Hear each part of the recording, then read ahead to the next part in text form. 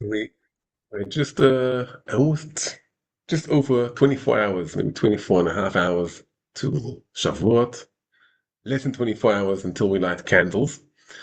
I think we spoke in the past about Eruv Tavshilin, so we want to speak about it now. We just set a reminder tomorrow morning before we forget and get too busy. Set an Eruv Tavshilin, say the bracha, say the text that you have to understand it, that we're allowed to bake and to cook and to prepare food for Shabbat. The Eruv Tavshilin. On Yom Tov, you can prepare food for Shabbat.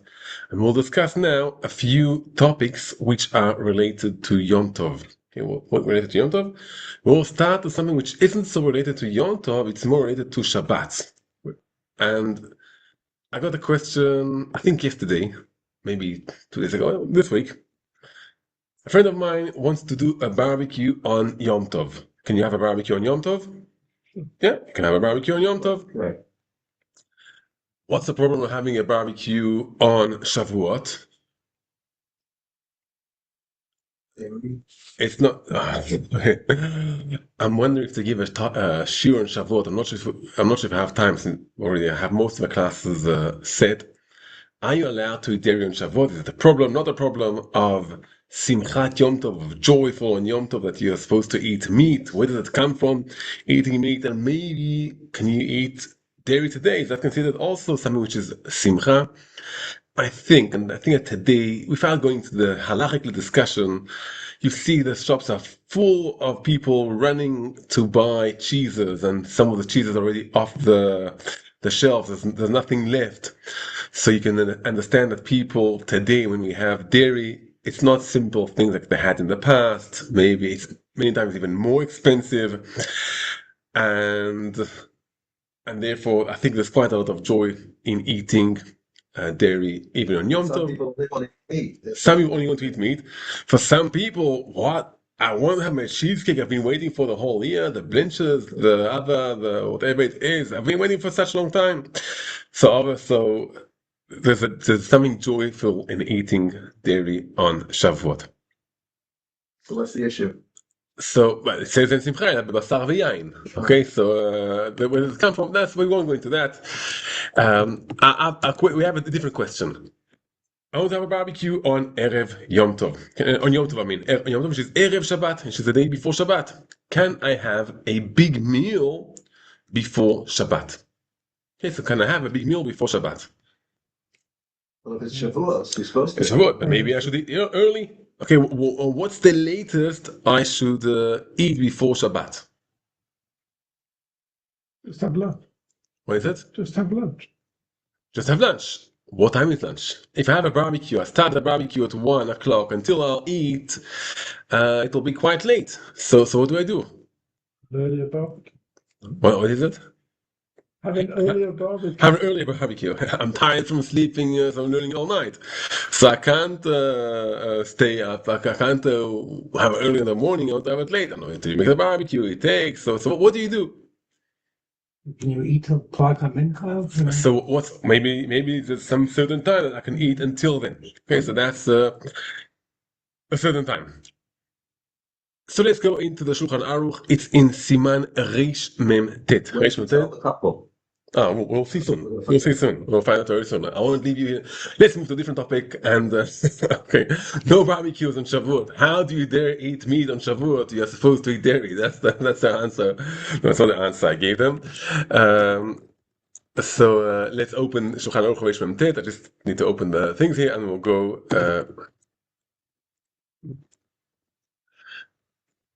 Okay, says the Shulchan Aruch in Reish Mem Tet, Saif. I think it's Saif Bet. Let's check Saif Bet.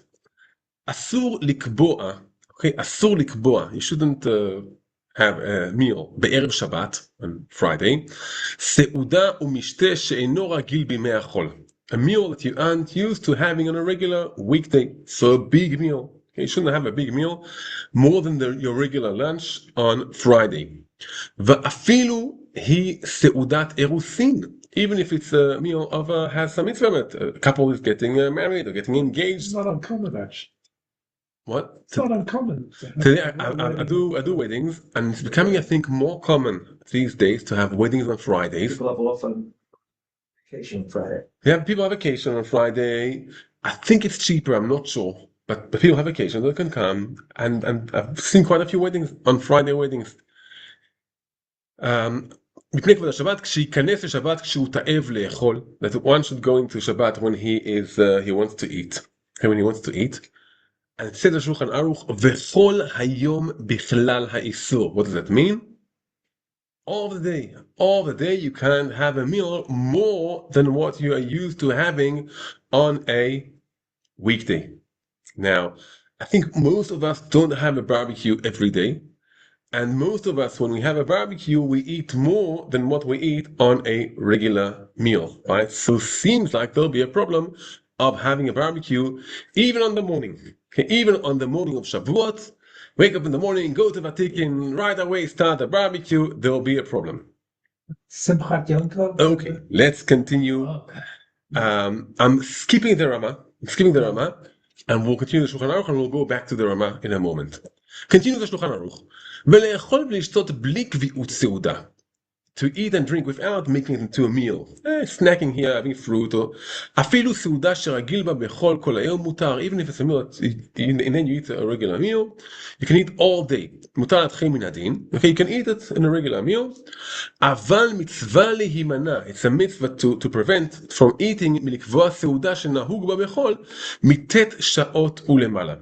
So it's a mitzvah to stop eating a regular meal you eat during the day from 9 hours and more. What does that mean, 9 hours and more? If you take the day, divide it to 12 hours. So it's You said what? not from 9 hours. If you take the day from sunrise to sunset, divided to 12, so 9 hours, which means the last quarter of the day, you shouldn't be eating a meal.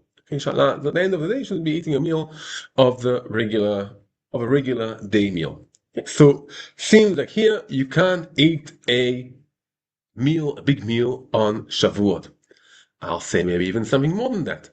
Any meal we'll have on Shavuot, even if it's not a barbecue, it's more than the regular meal we'll be eating on a weekday.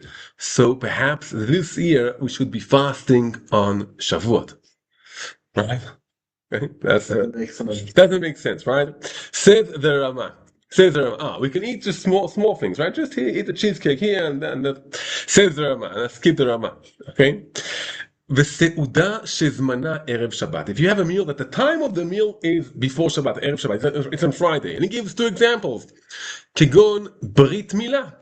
Okay, the boy was born a week beforehand. That's the time to have the Brit Milah. There's a mitzvah to have a meal for the Brit Milah. Many times, it's more than the regular meal you have on the weekday. Lox and bigger and lox. How often do you have bigger and lox? There's no bigger and lox in Ma'ale Adumim, right? You have to go to Jerusalem to get it. Or פדיון הבן, מותר כן נראה לי וכן המנהג פשוט. And that's the normal custom, says the Rama, the common custom, that when we have a meal, the mitzvah is to do it on Erev Shabbat, on Friday. So to have it on Friday, a wedding, one can decide not to get married on Friday, he can decide to get married on Thursday. So don't get married on maybe wedding is different, but the engagement, have the meal on Thursday. Why do you have to have it on Friday? But the Brit Milah, that's the Be'yom Shmini, Mol B'Sar Olaton, the 8th day you have to do the Brit Milah. So also that's when we have the Seudat Mitzvah. Okay, so that's said the Shulchan Aruch. I want to read a tiny bit from the Mishnah Berurah. The Mishnah Berurah says also on Erev Yom Tov, which means this year on Thursday, also we shouldn't have a big meal. So we'll get to Yom Tov, to Shavuos, when we are hungry and we want to eat the cheesecake that we've been waiting for the whole year. Says the Mishnah Berurah, and we go here to Seudat Erusin. Seudat Erusin is like an engagement party. It says, if one got engaged a week beforehand, don't set the meal for Friday. Set the meal for when one got engaged. But if he got engaged on that day, that's when they decided, okay, that's getting engaged. You can eat the meal on Friday because of the Seudat Mitzvah. Okay, so that's mitzvah. And also, we want to have a meal. As soon as one got engaged, let's make it official. Let's put the connection here between the husband and woman and the wife. There will be and husband and wife still, the man and woman. But so they're no already they're facing towards getting married. Getting married. Um, okay, so we can see that we can eat a meal on Shavuot. True. Yeah, phew. Can have a few things, even if it's more than usual. Um, the reason we brought was Mipnei Kvod Shabbat. Mipnei Kvod Shabbat, and we explained Kvod Shabbat is so by the time we get to Shabbat, we'll be hungry and we'll eat a meal. We want to eat a meal. The Mishnah Berurah brings another reason, and we can ask, does it apply also on Yom Tov or no? I'll read the Mishnah in Hebrew and then we'll translate it.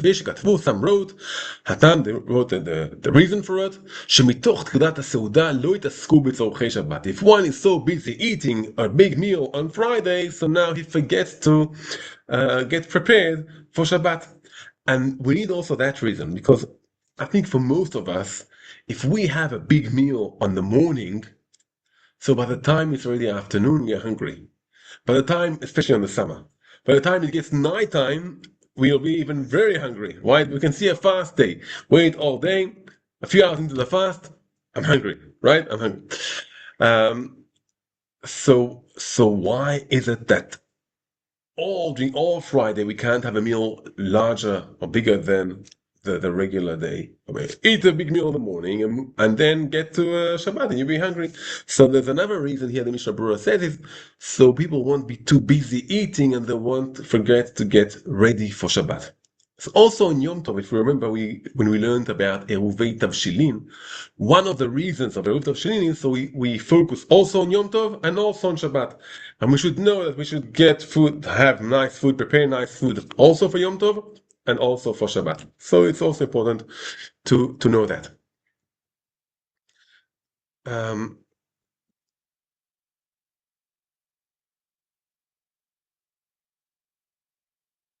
Okay, we mentioned that we shouldn't have the meal from 9 hours and on. The Mishnah Berurah says it means the last quarter of the day. Okay, last quarter of the day. And if it's winter, so if people are listening to us and they're in Australia, so for them now it's winter and it's a short day, so they should stop eating a big meal even beforehand. Like a quarter of the day, it's like 6 hours? A quarter of the day is no. You take the day only the day. Oh, the daytime. Only the daytime from sunrise to sunset. So let's say typical 6 a.m. to 6 p.m. 3 hours. Yeah. So now it's probably be around 4 hours more or less in the summer. I didn't calculate it. Okay, so more or less 4 hours, and then you shouldn't have a big meal. One more Mishnah Berurah we'll read, and then we'll summarize the topic and move to another topic.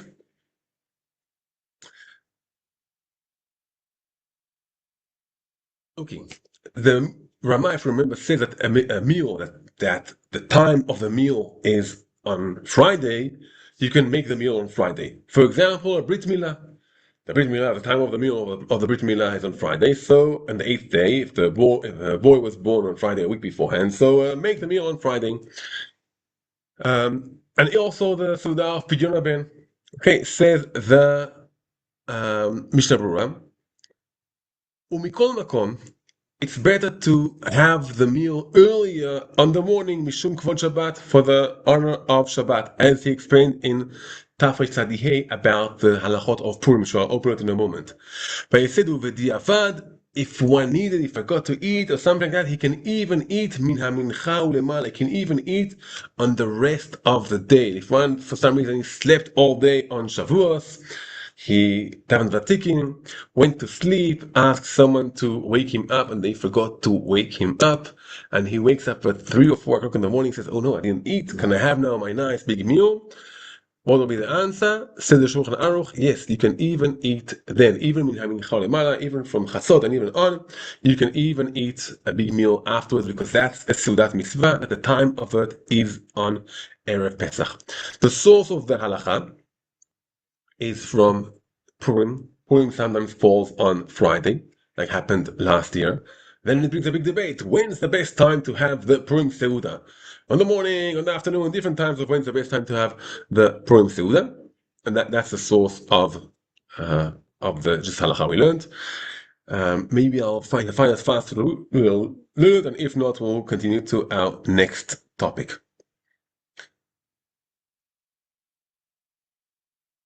Yeah, says the Rama in Tafresh Tzadihei.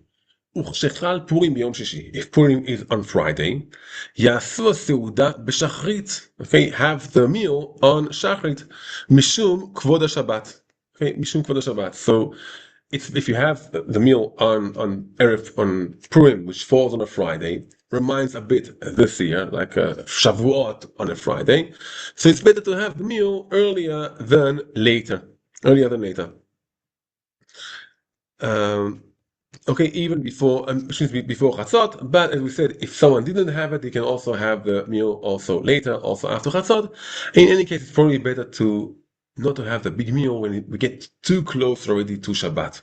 Okay, so when to have the big meal, you can have the meal, the barbecue on Shavuot, but better to have it earlier than later. Okay, so that's the first topic we will discuss. A second topic, and now we're moving to the Halachot of Yom Tov. The Halachot of Yom Tov. And also comes to a question. It's a 2-day, we have 2 days.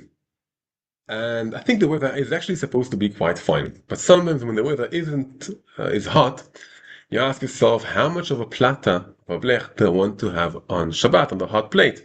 If I have the hot plate on for a lot of the day, it does heat up the house. So how much do I want to have the hot plate?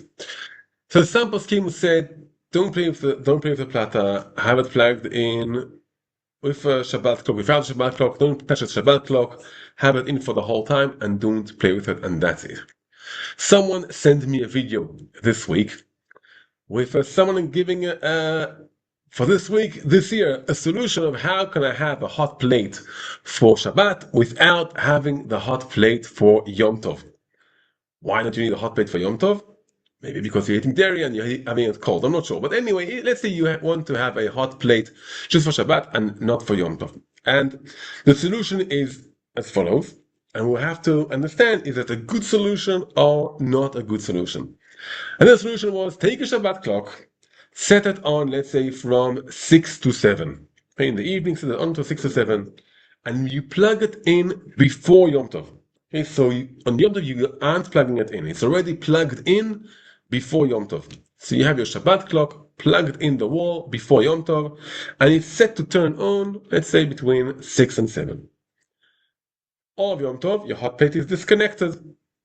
On Yom Tov, before 6, okay, before you get to 6, let's say it's still an hour away from when the Shabbat clock is supposed to turn on. Let's say it's 5 o'clock. You take the hot plate and connect it to the wall, and then you have the hot plate for Shabbat. Is it a good solution or not a good solution? Hot plate's connected to the wall or the timer? The hot plate you connect to the timer, to the Shabbat clock, to the timer. So when you connect the hot plate, you actually aren't doing anything. The timer is off. And only in an hour by itself, the timer will turn on. So you aren't moving the timer, you aren't even connecting the timer, because the timer was plugged in already before Yom Tov. Can you do it or not? So first we'll say, obviously some will say you can't do it. Don't touch it, it's muktzeh, don't touch it, don't play things, just do everything before Yom Tov, and that's it. Have it on before Yom Tov, from 6 to 7, have the hot plate plugged in, and that's it. Yet there are many poskim who permit it, who say it's fine. And the reason for it is that on Yom Tov, we permit grama. Okay? Grama is when I'm doing an action, and I'm not doing the action itself, I'm enabling something to happen. The definition of grama, it's quite a question. How do we define grama? And it will apply also to this question we have now. But the idea of grama is I'm doing something and I'm just enabling something to happen afterwards by itself.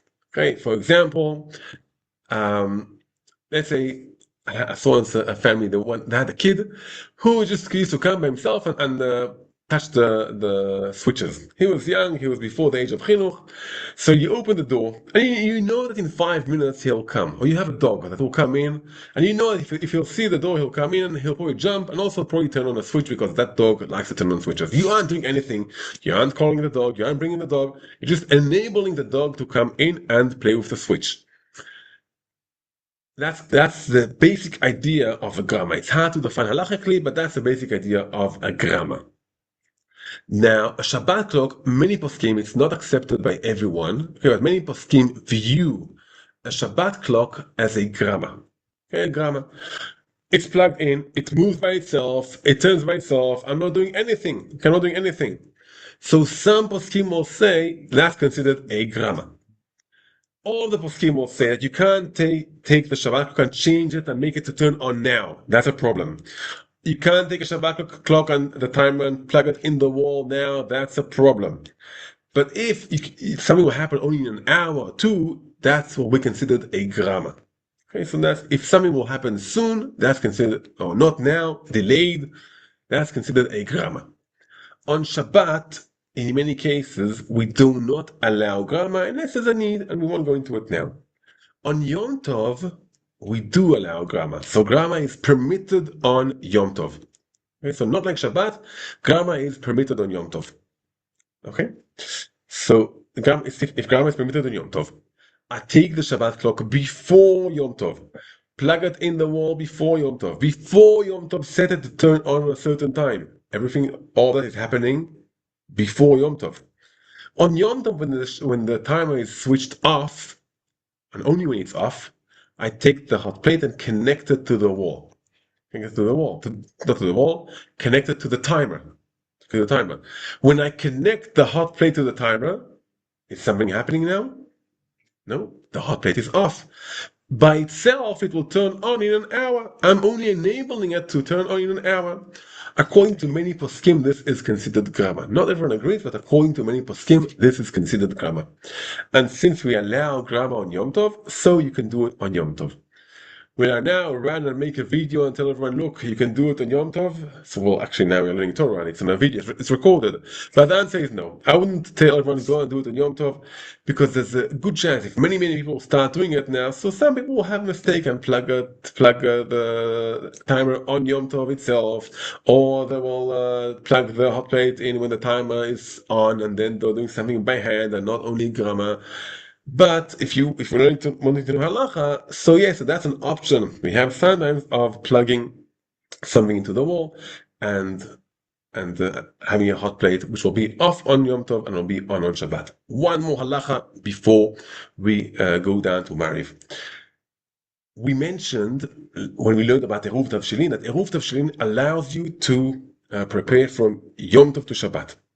We say a bracha when we set a Eruv Tavshilin, and according to many poskim, you can set a bracha only if you are actually going to prepare and cook from Yom Tov to Shabbat. If you aren't going to prepare or cook from Yom Tov to Shabbat, you shouldn't say a bracha on the Eruv Tavshilin. Now, I thought about it that actually many of us do want to prepare something from Yom Tov to Shabbat, which is called cooking, and that is adding hot water to the urn. Okay, so if you have an urn, can you add hot water to the urn on Yom Tov? Okay, so if you do Eruv Tavshilin, that's great because you are cooking new water for Shabbat, and you aren't allowed to do it if you don't do an Eruv Tavshilin. The question is, forget about the question of Eruv Tavshilin. Can I add water to an urn on Yom Tov? Now, there's two kinds of urns. Some urns, and that's I think the common ones we have here in Israel, they have two heating elements, one of boiling and one of a low heat. They do not have a thermostat. They're on all the time. They do not have a thermostat. So when I add cold water into the urn, I am not turning anything on. I'm not turning anything on. If it's on boil, that's a problem. The water will boil out in any case. And if it's just on warm, so it will stay on warm and I'm not turning anything on. That's a very common urn in Israel. They are urns, and you can find urns that they have a thermostat in them. And when the water cools down, they'll start boiling the water. It saves electricity, so that's why people like it. It might bring halachically questions. Is it permitted? On Yom Tov, if you add cold water into an urn like that, So that's not grama, because as soon as you add the water into the urn starts boiling. So according to many poskim, that will not be considered grama. That will be considered something you're doing by hand. You're adding cold water, and right away the water will start boiling. It has a thermostat, so that could be a problem. But if you have a normal, regular, simple urn without any thermostat, you can add to it water on Yom Tov. Add it enough time before Shabbat that it will warm up before Shabbat, and you'll be able to use the warm water on Yom Tov, and that is permitted. And now we can go down to our feet for the special night of the last night of the Omer. Right? So that's special. So people use real